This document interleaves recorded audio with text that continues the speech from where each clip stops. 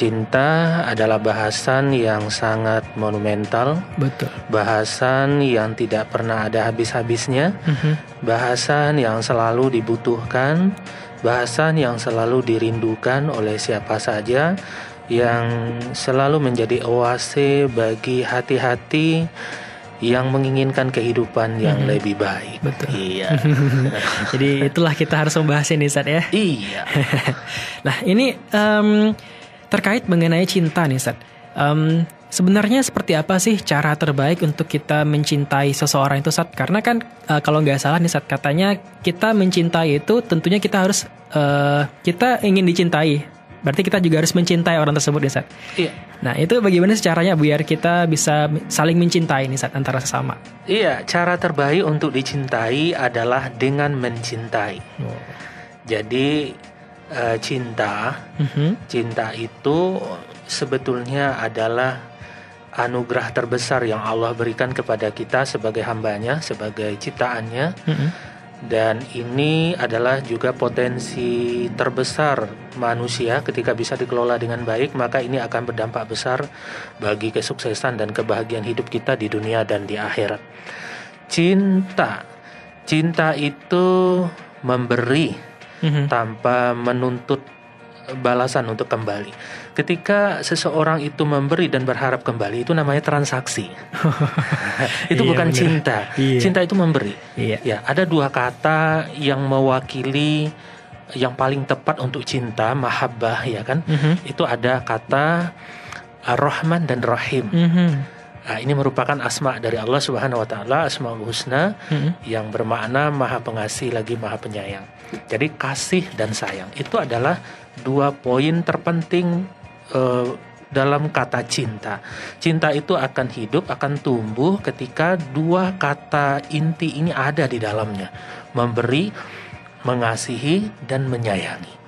Jadi tidak ada menuntut untuk kita dicinta, untuk dikasihi, untuk disayangi, tidak. Jadi diawali dengan kata mengasihi, menyayangi, memberi dan memberi. Itulah seorang pecinta sejati. Iya. Jadi cinta itu memberi tanpa harap kembali ya, Ustaz ya. Saling memberi, itulah yang namanya dengan cinta ya. Oke. Nah, untuk mencintai ini sendiri, Ustaz, sebenarnya bagaimana sih hakikat kita untuk mencintai itu, Ustaz? Karena kan definisi cinta orang ini kan berbagai macam ya, Ustaz. Ya. Jadi hakikatnya itu bagaimana sih sebenarnya, Ustaz, cinta ini? Jadi hakikat dari cinta itu adalah memberi segala hal yang kita punya, yang kita mampu, daya dan upaya untuk seseorang yang kita cintai, untuk sesuatu yang kita cintai. Jadi cinta itu sebetulnya tidak hanya berfokus pada manusia, tapi juga pada alam semesta yang lain. Sebagaimana juga Islam itu adalah agama cinta, rahmatan lil alamin, menjadi rahmat. Nah, sesuatu itu dikatakan menjadi rahmat ketika orang merasakan kasih, orang merasakan sayang dengan kehadirannya. Nah, itulah cinta. Jadi hakikat dari cinta itu adalah mendayagunakan segenap yang kita punya, yang kita miliki, untuk kita berikan kepada sesuatu atau seseorang yang kita cintai. Ya. Jadi cinta ini gak hanya kepada sesama manusia ya, Ustaz ya? Karena kalau gak salah nih Rasulullah pun diturunkan untuk memberikan cinta kepada seluruh dunia ya, Ustaz ya? Seluruh bumi kalau gak salah ya. Cinta. Nah begitu nih keluarga Sip ya. Mengenai cinta, bahasan yang gak ada habisnya bakal kita bahas nih untuk di saat sekarang ini tentunya ya. Dan kita masih bersama dengan narasumber kita keluarga Sip, yakni Ustadz Ali Margosim. Kita membahas mengenai bagaimana menumbuhkan cinta dalam pernikahan. Kita juga masih menanti atensi Anda untuk bergabung di pagi hari ini di line interaktif 0822 6811 4887. Oke, saat tadi kita sudah menyinggung sedikitnya saat ya mengenai cinta dalam kehidupan kita sehari-hari. Nah, untuk pernikahan sendiri nih Sat, kan pernikahan ini sendiri adalah suatu mungkin bisa dikatakan sebagai ibadah ya Sat ya, ibadah jangka panjang yang panjang banget nih sampai akhir hayat memisahkan insya Allah ya. Nah, tentunya dalam pernikahan ini lika-liku kehidupan dan sebagainya macamnya bisa memberikan dampak terhadap cinta itu sendiri Sat. Nah, dalam pernikahan itu bagaimana sih caranya supaya rasa cinta itu terus tumbuh antar pasangan ya, Ustaz? Iya. pendengar setia dari program Rumahku Surgaku yang saya cintai. Cinta. Jadi saya dalam satu waktu pernah menyaksikan sebuah kejadian yang sangat mengusik ya, yang sangat mengusik pintu hati saya, yang sangat membuat saya itu cukup tersentil, kemudian merasa tidak baik. Itu ada sesuatu yang tidak pas menurut saya, ya kan. Yang pertama adalah saya mengamati sepasang muda-mudi pacaran, ya kan, begitu romantis. Betul. Kemudian naik motor gitu, pegangannya begitu kuat, kan. Kecepatan motornya cuma 40 km per jam, tapi pegangannya 100 km per jam itu. Bener banget. Waduh, ya ini bikin iri kan, bikin kita, ya Allah ini luar biasa ini. Tapi sayang ya kan, mereka belum melakukan ini dengan curi start, artinya belum ada legalitasnya, ya kan, legalitas secara agama, legalitas juga secara bernegara. Itu yang kita sayangkan. Tapi ada sisi positif yang perlu kita ambil juga, bagaimana cinta dalam tanda petik yang mereka maksud itu mereka aplikasikan begitu indah, kita lihat ya, indah dalam tanda petik lagi nih ya. Nah, sekilas menurut pandangan lahiriah kita tuh, wah ini sesuatu yang banget gitu. Yang kedua adalah dalam waktu yang tidak begitu jauh jaraknya, saya juga menyaksikan sepasang suami istri begitu, dengan wajah yang kusam. Si suami memanggil istrinya dengan sapaan yang tidak enak, suaranya keras, kasar. Kemudian istrinya pelan-pelan datang, ya kan, menghadap ke suaminya dengan wajah yang begitu terpukul. Kalau kita bicarakan, ini sesuatu yang tidak indah sekali. Dan ini terjadi di ruko ya, di tempat dia berjualan, berdagang. Jadi ada tempat pembelanjaan gitu, disaksikan oleh banyak orang. Ini sangat miris sekali sebetulnya. Ini pasangan mungkin udah 20 atau 25 tahun mereka berpasangan, karena anak-anaknya udah besar juga gitu. Atau mungkin di sisi yang lain saya juga pernah menyaksikan seorang kakek nenek ya, saya katakan kakek karena dia udah punya cucu gitu ya, padahal mungkin usianya baru 45 atau 47 gitu ya kan. Jadi mereka ini seperti orang bermusuhan saja. Seperti anjing dan kucing ya, Ustaz ya. Seperti anjing dan kucing gitu ya. Kalau anjing dan kucing kan lucu dilihat ya, lucu sekali. Gitu ya, justru membuat kita terhibur gitu kan, gemas gitu. Tapi yang ini enggak, membuat kita miris, ya Allah ini kok begini. Mereka tuh suami istri terikat dengan tali ikatan pernikahan, ya kan, ikatan yang suci. Ini miris sekali. Karena kita semua memahami bahwa menikah itu ibadah, ibadah terlama, terpanjang, yang hanya diakhiri oleh kematian, al-maut itu sendiri. Ini pernikahan kan, setiap detik yang kita lalui, setiap menit, jam, hari, bulan, tahun, semuanya bernilai ibadah. Tidak ada yang tidak bernilai. Semuanya itu mengalirkan pahala yang begitu banyak, dan insya Allah jadi bekal bagi kita nanti di akhirat. Ini perjuangan yang tidak sia-sia. Namanya orang ibadah, seperti kita sholat, kita harus khusyuk ya kan. Kita harus totalitas gitu kan, bacaannya kita perbaiki, gerakannya kita sempurnakan, tumaknina dan segala macam.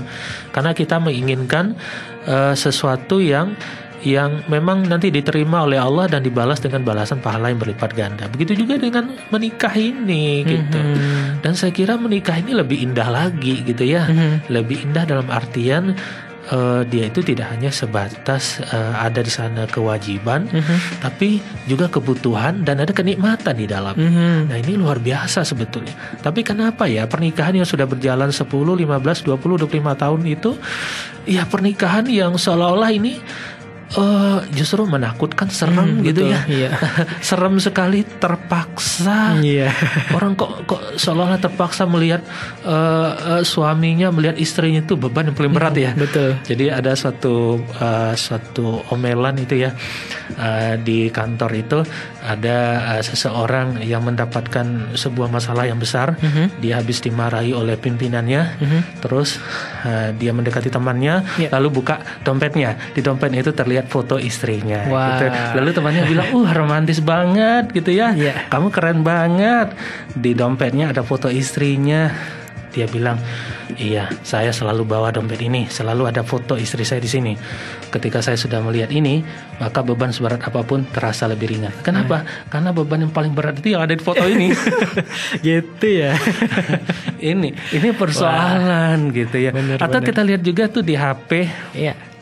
Kalau pasangan muda biasanya di HP itu tulis nama istri ya, Ayang Bebek gitu ya, ya, my love gitu, bidadariku, cintaku, permata hatiku, dan segala macamnya lah.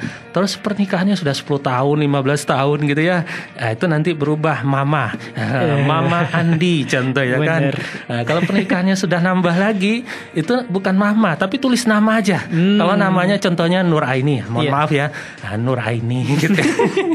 Kalau pernikahannya sudah 30 tahun ke atas mungkin, ini malaikat maut. Sudah berganti lagi ya. Jadi ibu-ibu nih kalau pulang nanti ya suaminya coba ditengok HP-nya, nama ibu-ibu ditulis oleh suami itu siapa di sana. Gitu. Ini penting juga ini. Iya, benar. Untuk melihat penilaian dari pasangan kita. Jadi ini miris sebetulnya Kak Hafiz, bagi saya ya sangat miris sekali. Pernikahan yang sebetulnya sangat sakral, pernikahan yang setiap detik bernilai ibadah, pernikahan yang Masya Allah ya, ini dari dunia hingga ke akhirat. Ya, kalau kita bisa tuh kita menikah itu kan memang dari dunia dan ke akhirat. Rabbana atina fid dunya hasanah wa fil akhirati hasanah wa qina adzabannar. Kita mengharapkan kebahagiaan. Seperti tema dari kita ini, rumahku, surgaku. Surga kita di dunia ini ya rumah kita, baiti jannati. Betul. Ya kan? Surga kita di dunia ini ya rumah kita. Rumah itu harus membetahkan bagi kita, menyenangkan, membuat kita semakin dekat sama Allah ya kan? Semakin bersemangat dalam bekerja, membuat kita bahagia. Nah, itu rumah. Jangan sampai rumah ini angker, rumah hantu gitu ya. Menakutkan, tidak banyak membetahkan, seram gitu ya Allah. Sampai dalam rumah tegang. Iya. Bahkan anak-anak sekarang pun malas banget pulang ke rumah tuh. Mungkin ada sesuatu di rumahnya kan. Iya, karena bapak ibunya tempur terus. Iya, bisa jadi. Jadi dia menyaksikan bapak ibunya tempur, perang ya kan. Ini ada perang Irak-Iran di sini nih. Perang dunia pertama gitu. Sebentar lagi bom meletus ya. Piring-piring bertebangan ya kan. Betul. Gelas-gelas pecah sana sini. Nah, ini sesuatu yang tidak baik. Iya. Nah, pendengar setia dari program Rumahku Surgaku Shift FM 105,8 yang saya cintai, maka kita berharap hal ini jangan terjadi lah di rumah kita ya. Mari kita mengevaluasi diri kita dan memperbaiki. Bagaimana sih menumbuhkan cinta? Nah, ini gitu ya. Ini yang penting. Jangan cinta itu di awal-awal saja mesra. Menggebu-gebu ya. Panggilannya Yayang, Bebek, sayangku, cintaku, untuk 1 tahun, 2 tahun, 3 tahun, sampai punya anak 1, 2 gitu ya kan. Anak ketiga udah panggil namanya saja. Nah, ini bagaimana cinta itu bertumbuh. Nah, ini yang kita harapkan dari rumah kita. Ya, kita jangan berharap kebahagiaan itu datang dengan sendirinya, tapi ciptakanlah kebahagiaan itu dalam rumah tangga kita. Ciptakan. Ya kan, ciptakan. Nah, bagaimana menumbuhkan cinta dalam pernikahan? Ya, yang saya maksud adalah pernikahan yang sudah berusia. Karena pernikahan 1 tahun, 2 tahun itu tidak perlu kita bercerita, orang kan tahu. Dia mesti senang, lagi happy gitu kan, saling mengenal. Benar. Semuanya jadi kejutan. Wow, gitu ya. Sedikit-sedikit, wah keren ya, mantap ya pasangan saya, istri saya nggak salah pilih, puja-puji di sosial media segala itu ya. Betul. Nah, itu hal yang biasa. Tapi lihat bagaimana pernikahannya nanti setelah punya anak 3. Benar. Ya kan? Setelah 5 tahun, 10 tahun, 15 tahun. Mestinya bagaimana? Semestinya cinta yang di awal mungkin poinnya 10, 5 tahun ke depan jadi minimal 15. Ya kan? Nah, 10 tahun ke depan jadi 20 gitu ya kan? 25 tahun ke depan jadi 100, poinnya naik. Betul. Inilah cinta yang bertumbuh. Seperti biji pepohonan ya, ada contohnya gabah padi gitu ya. Nah, mulai dari kita semai bibitnya, kemudian ya kan, bibit itu kita siram gitu ya, kemudian dia tumbuh jadi benih, lalu kita tanam gitu kan, kita rawat, kita buang hama-hama pengganggunya, kemudian kita pupuk gitu kan, airnya kita atur, irigasinya. Kemudian kalau ada hama wereng segala macam kita semprot gitu ya kan, sehingga dia mulailah dia itu berbunga dan berbuah gitu ya. Dia berbuah dan berkontribusi, bermanfaat, memberikan hasil bagi kita. Nah, pernikahan kita ini buahnya itu kita nikmati di dunia dan di akhirat. Di dunia kita merasakan kedamaian, kita merasakan ketenangan, kenyamanan, sakinah, mawaddah, warahmah gitu ya. Di akhirat insya Allah akan menjadi bekal kita menuju surganya. Amin. Nah, bagaimana gitu agar cinta itu bertumbuh? Bagaimana cinta itu bukan yang biasa-biasa saja? Pernikahan itu tidak terasa hambar itu bagaimana sih? Maka yang pertama perlu kita luruskan kembali niat kita. Kita atur kembali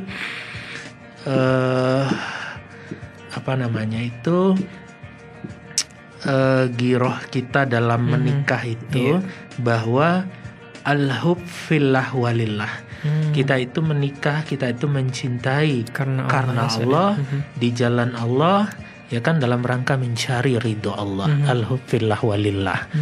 Ini penting sekali. Saya mencintai dia karena cinta saya kepada Allah.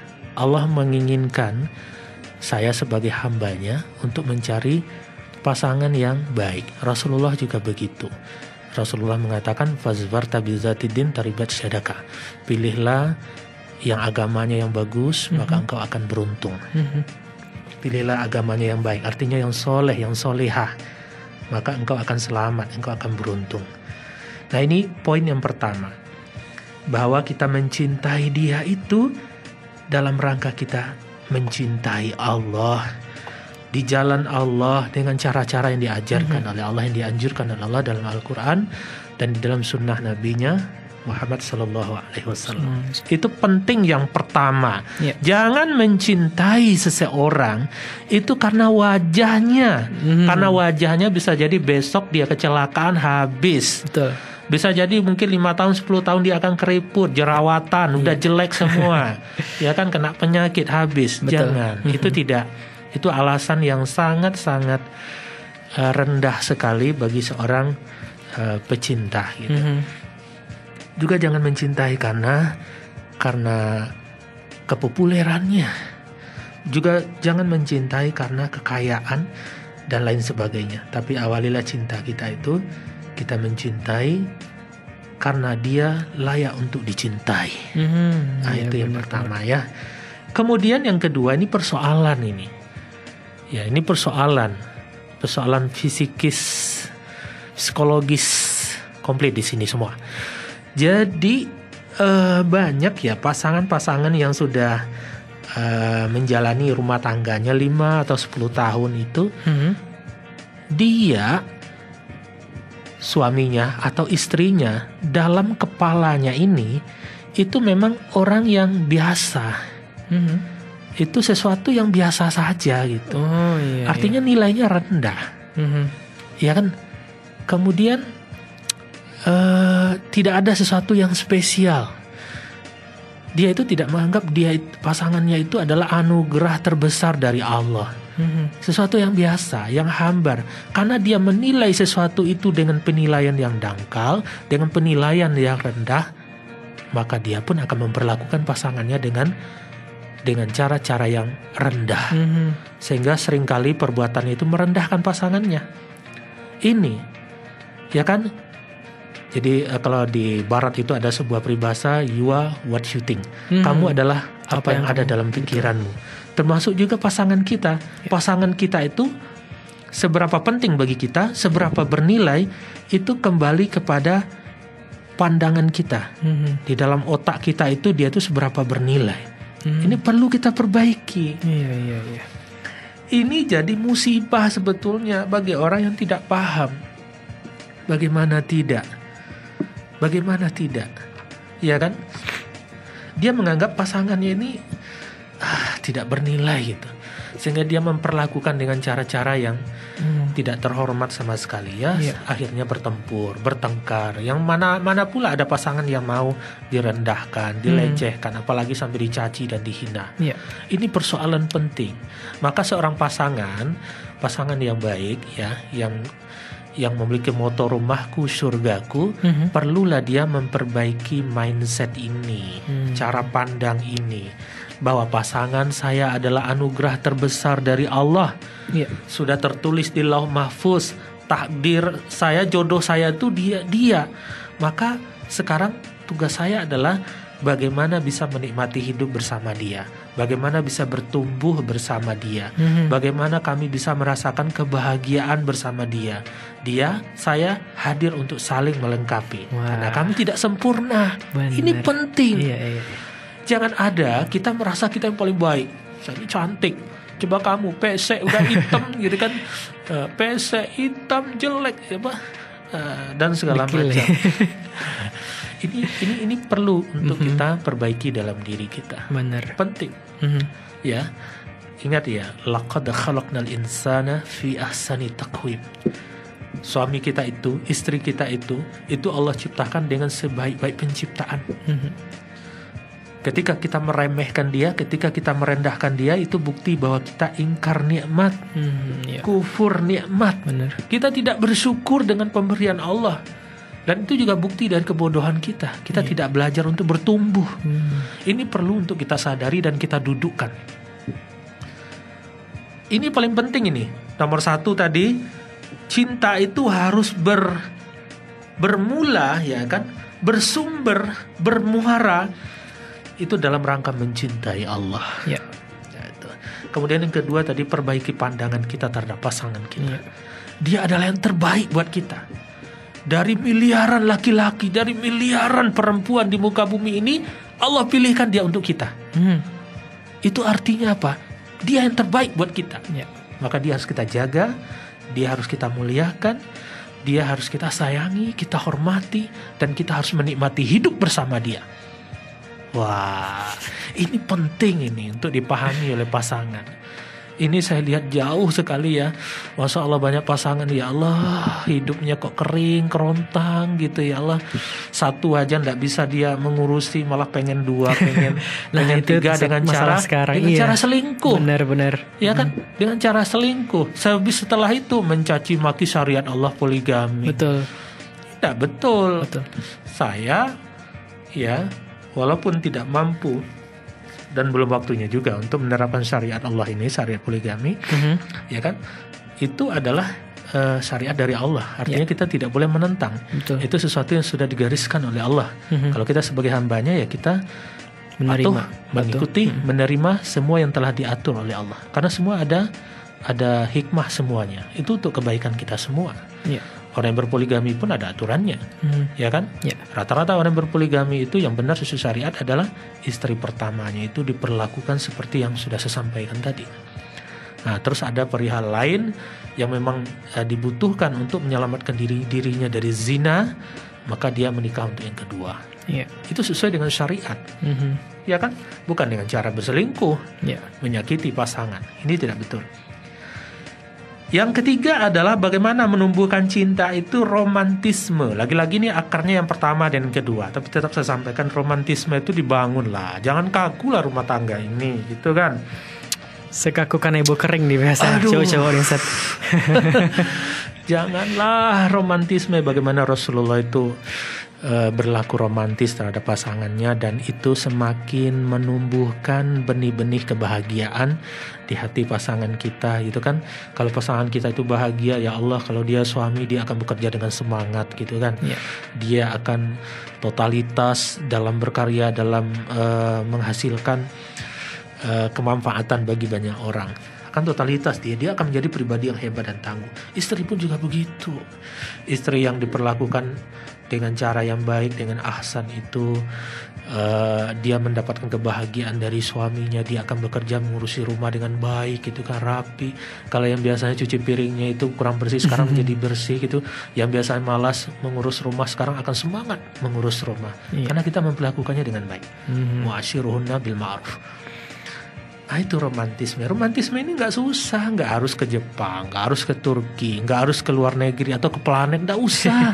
Nggak perlu juga mengeluarkan biaya jutaan, menunggu tahun depan 3 tahun lagi kita berangkat, nggak usah. Nanti sore pun kita bisa, ya kan? Bahkan tidak perlu nanti sore, sebentar lagi pun juga bisa, ya kan? 1 jam kemudian kita jalan-jalan kemana gitu. Di rumah pun juga membangun romantisme itu bisa. Bagaimana rumah itu senantiasa terasa seperti kita itu seperti pasangan baru aja ya. Nah, maka kamar itu perlu direnovasi.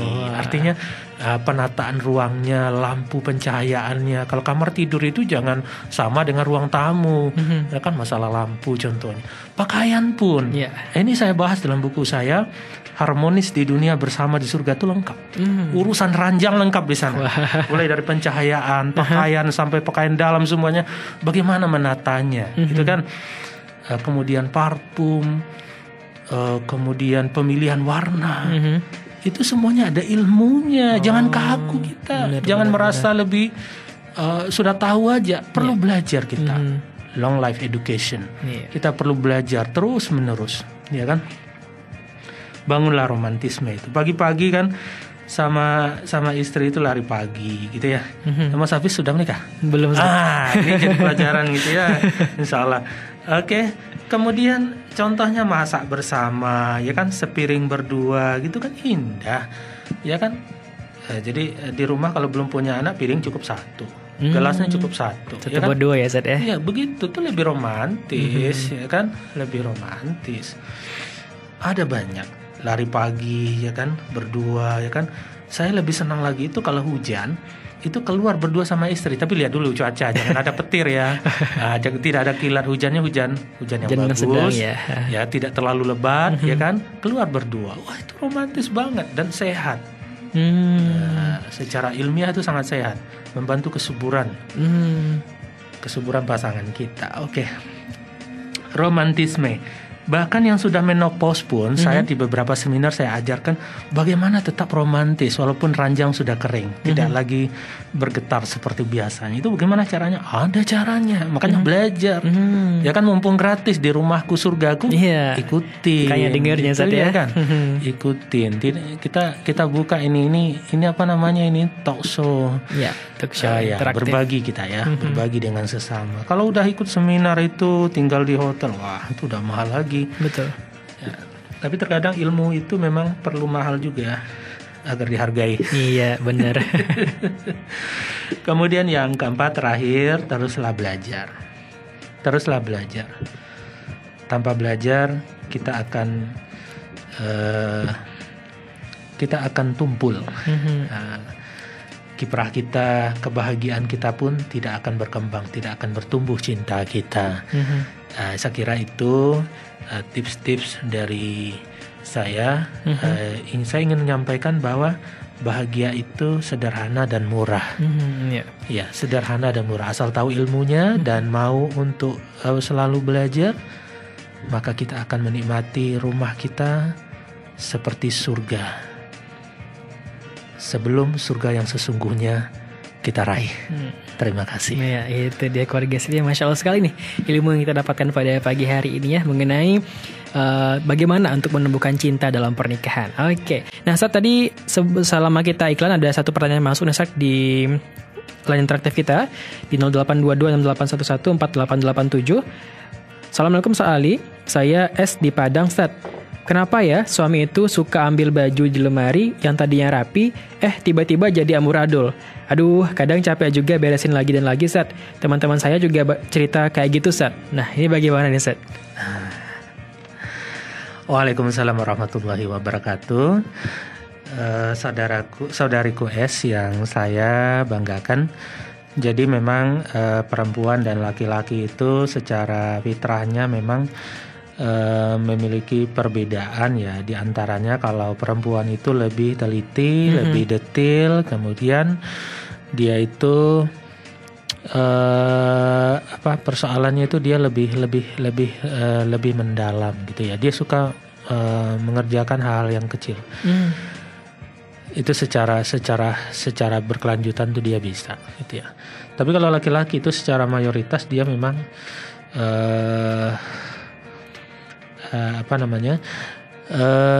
sering itu ya, mayoritas laki-laki memang seperti itu ya. Dia memang fokus kepada hal yang besar gitu kan. Karena memang dia juga dia memiliki tugas yang besar gitu ya. Memenuhi nafkah keluarga, pekerjaan besarnya itu di luar, dan pekerjaan besar seorang istri itu di dalam rumah ya. Itu sudah fitrahnya begitu. Bagaimana menyikapi hal yang demikian? Cara menyikapinya adalah dengan kita bersyukur sebetulnya. Kenapa kita harus bersyukur? Selagi hal itu terulang kembali, itu pertanda bahwa satu, suami kita masih bersama kita. Ya kan, biasanya kaos kakinya di pojok rumah gitu kan, handuk basah dia kan di ruang tidur gitu kan. Karena memang laki-laki itu diciptakan untuk melihat jauh ke depan, jauh lebih besar. Sementara perempuan itu diciptakan untuk melihat hal-hal yang ada di sekelilingnya yang lebih dekat dengannya, itu kan. Maka sebetulnya ini bukan persoalan yang besar, ya. Maka kita tetap sebagai seorang istri tetap menyampaikan, tapi jangan jadikan ini persoalan yang rumit atau dirumitkan. Nah, ini jangan anggap ini persoalan yang besar atau dibesar-besarkan. Ini bukan persoalan yang besar. Kita harus tahu apa peran seorang suami, hak dan kewajibannya kita harus mengerti. Apa pula hak dan kewajiban kita sebagai seorang istri, harus saling memahami. Nah, anggaplah itu kekurangannya dia, ya kan? Tapi kita harus memahami juga bahwa dia memiliki tugas dan tanggung jawab yang sangat besar. Berbagi peran lah, gitu kan. Masa semuanya suami yang mengerjakan gitu. Ya kan, udah di luar pekerjaannya banyak, nanti di dalam rumah hal-hal kecil, hal sepele pun dia juga harus terlibat secara aktif, berbagi peran. Kalau semuanya nanti suami, terus peran istri apa, gitu kan? Begitu pula dengan istri. Istri juga perlu memahami bahwa tugas utamanya memang di rumah, tapi ketika dibutuhkan atau dia memiliki ingin berkarir yang tentunya tidak mengganggu keluarga, ya silakan gitu kan, silakan berkarir. Tapi karir utama seorang istri itu adalah di rumah. Karya terbesar seorang istri itu adalah menjadi ratu di dalam rumahnya. Ya, bagaimana istananya ini nyaman, aman gitu ya. Istananya ini membetahkan bagi suaminya, anak-anaknya ini tumbuh menjadi anak-anak yang baik gitu ya. Bagaimana dia bisa menjaga nama baik suaminya, menjaga hartanya, menjaga anak dari suaminya. Itu peran yang sangat besar. Peran yang sangat besar. Maka Nabi SAW pun mengatakan, wanita itu masuk surga itu cukup dengan 3 hal saja. Dia bisa masuk dari pintu manapun. Yang pertama adalah dia patuh kepada suaminya. Nah, yang kedua dia mendirikan sholat, ya kan? Yang ketiga menjaga dirinya dari zina. Itu saja. Sementara laki-laki tidak. Dia akan ditanya tentang perannya sebagai anak, perannya sebagai pemimpin di luar rumah, perannya sebagai seorang ayah, perannya sebagai seorang suami. Semuanya akan ditanya mengenai hartanya, mengenai jabatannya, semuanya sangat berat. Banyak harus dipertanggungjawabkan. Banyak sekali. Sementara seorang istri cukup 3 saja. Dia sholat, dia menjaga dirinya dari zina, berselingkuh gitu, menutup auratnya ketika keluar rumah. Kemudian yang ketiga, patuh sama suami. Nah, patuh pada suami yang baik contohnya tentunya ya. Bukan suami yang mengajak untuk bermaksiat atau melakukan hal yang tidak sesuai dengan syariat agama. Jadi berterima kasih kita, itu persoalan kecil. Persoalan kecil itu bagian peran kita. Gitu ya. Anggaplah sebagai bumbu rumah tangga ya, Zat ya. Bumbu rumah tangga.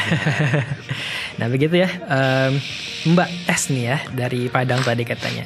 Oke, sebelum kita tutup nih Zat, Ya, tadi kan kita untuk menumbuhkan itu perlu banyak hal. Ada 4 tadi ya, yakni kembalikan niatnya karena Allah, kemudian memperbaiki mindset, ciptakan romantisme, dan juga belajar terus. Nah, jika di suatu pernikahan itu saat yang sudah lama ya saat ya, tentu godaan dari orang ketiga ini besar banget nih saat.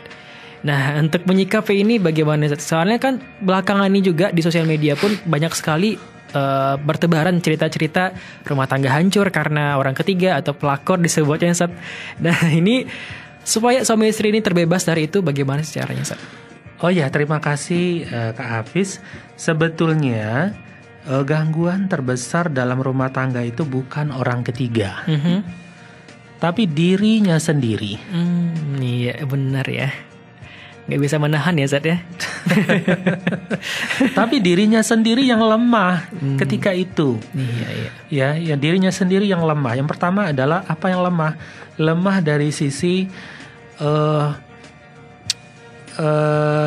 niat. Iya. Dia menikah itu, dia itu lemah. Ya kan, motivasi menikahnya itu.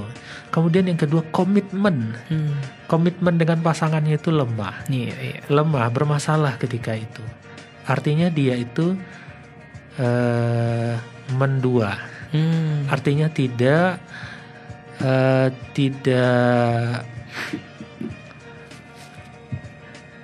ada artinya dia itu tidak utuh, pikirannya tidak fokus, tidak khusyuk ya, ragu-ragu. Nah itu yang paling pas sebetulnya itu ya. Orang yang bimbang, orang yang ragu-ragu dengan dirinya sendiri itu akar dari permasalahan. Ya, keraguan-raguannya dalam pernikahan itu akar dari persoalan. Orang ketiga itu sebetulnya itu hanyalah bukan sebagai penyebab, bukan sebagai penyebab, cuma aktor pelengkap saja. Aktor pelengkap saja. Kalau bukan kita yang membuka diri, nggak mungkin ada ya. Tidak akan ada orang ketiga. Itu intinya ya. Iya. Kayak gitu keluarga sip ya. Oke, berhubung kita sudah di segmen terakhir nih Sat. Mungkin sebelum kita tutup ada closing statement terlebih dahulu Sat. Iya. Bahagia itu sederhana, bahagia itu murah, tidak butuh biaya yang mahal, dan bahagia itu kita yang menciptakan. Maka ciptakanlah kebahagiaan itu dalam rumah tangga kita. Rumahku, surgaku. Ya, itu dia. Masya Allah sekali keluarga sip ya pembahasan kita pada pagi hari ini. Semoga bisa mendapatkan manfaat untuk kita bersama dan tentunya memberikan inspirasi untuk terus bisa mencintai pasangan kita sebagaimana mestinya. Oke, berhubung kita sudah di segmen terakhir keluarga sip, sudah saatnya kami untuk pamit dari ruang dengar Anda. Mohon maaf atas segala kata dan salaf dan khilafnya. Terima kasih kepada Ustadz Ali yang sudah memberikan materi pada pagi hari ini. Semoga nanti kita bertemu lagi ya Ustadz ya. Insyaallah. Baik keluarga sip, saatnya pamit dari ruang dengar Anda dengan subhanakallahumma bihamdika asyhadu an la ilaha illa anta astaghfiruka wa atubu ilaik. Wassalamualaikum warahmatullahi wabarakatuh. Waalaikumsalam.